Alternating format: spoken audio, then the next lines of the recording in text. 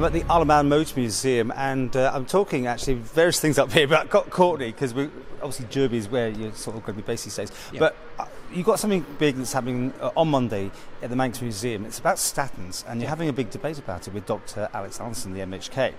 And you've both got you're debating each side of the thing. You're debating you don't think it's a good idea, or you think they are a good idea, what? I generally don't think they're a good idea. I think they seem to have become over-prescribed, and to me the issue is around inflammatory diseases and what I call the Western diet.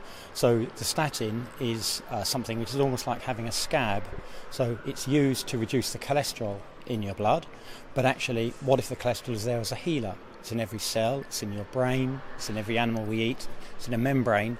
So it seems daft to blame the cholesterol. The problem is the inflammatory diet, and you have to treat anything between 50 people and 80 people for one of them to benefit. It does seem to benefit platelet aggregation in people that have either a diet or a lifestyle issue, but for most people it seems we've constantly lowered the threshold, and so you've got now 40% of people recommended in England to have a statin. It's just mass medicalisation.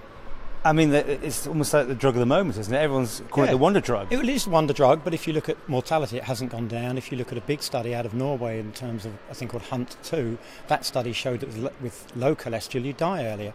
It's a range. It's between perhaps 5 millimoles up to 7.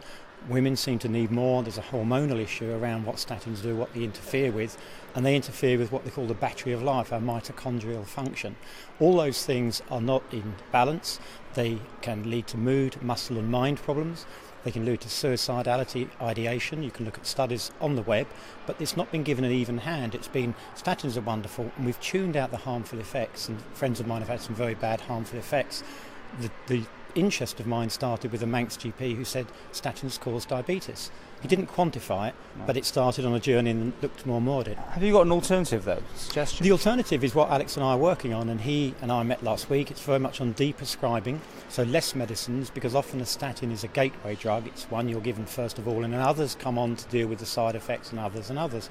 And that whole problem is fighting natural bodily biology with chemical substances. So de-prescribing, Alex is in favour of, the patient journey, the patient voice, listening to each individual patient, and how we can then look at what wellness really is and define that. It's not a lack of chemical substances, it's generally what are we doing in terms of risk and prevention.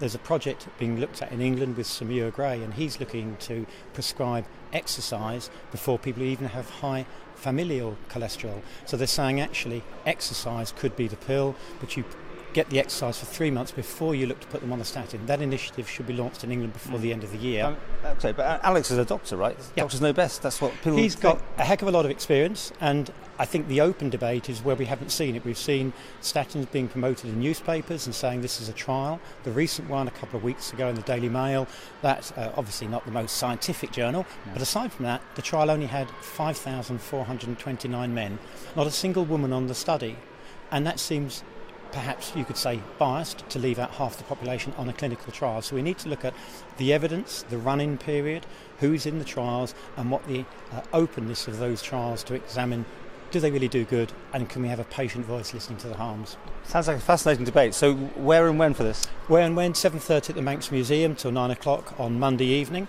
By all means text me, just say you're coming. I'd like to know the numbers. We've already got quite a lot signed up. So my number, Manx Mobile, 424 455. Hope to see you there. And a heated debate, or just an educational We're friends. I love seeing Alex around the town socially. I just don't want to see him professionally with a long face and a stethoscope around him. So when he told me my cholesterol was 6.1, I started walking, carried on walking, and kept walking. That to me is the best thing that we have lost in the Western world, and particularly with our sugar-laden diet. We're very different human beings than we were a generation ago, and the diabetes epidemic is driven. Cholesterol is a reaction to that dietary issue. But there's 20 different items in the blood. Somebody has pushed an awful lot of big drug on the statins agenda. I just want an open debate and look for consensus. We should better do this best here.